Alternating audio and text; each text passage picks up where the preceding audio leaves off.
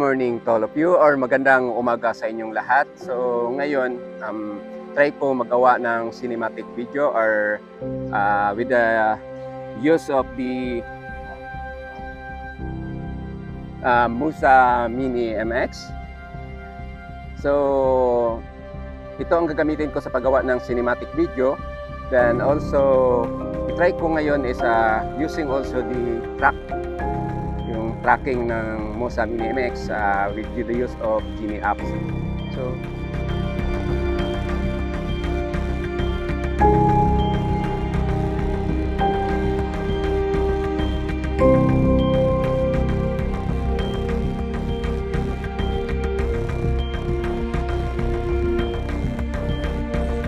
ngayon, sabay ko na lang ito sa video ko, sa cinematic video, but try ko itong Musa Mini MX kung about 2 meters away. So kung kaya ba niyang i-track yung mukha ko, so baka yung mga pogi lang ang kaya niyang i-track nito. So yun ang function ng aking muna naman Musa Mini MX. Pero ang problema lang is mawala minsan.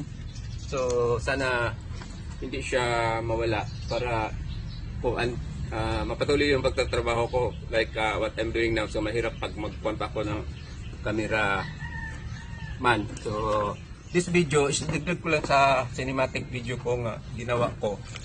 Then also maglinis din ako ng mga bonsai materials ko dito. Dito may marami pang mga bonsai dito na kailangan ko pang linisin, and also this area here may marami pa. So yun ang problema with the Musa Mini MX. Sometimes biglang mawala. So I think I gotta stop na. Then hanggang dito na lang yung paggagawa ko ng bonsai.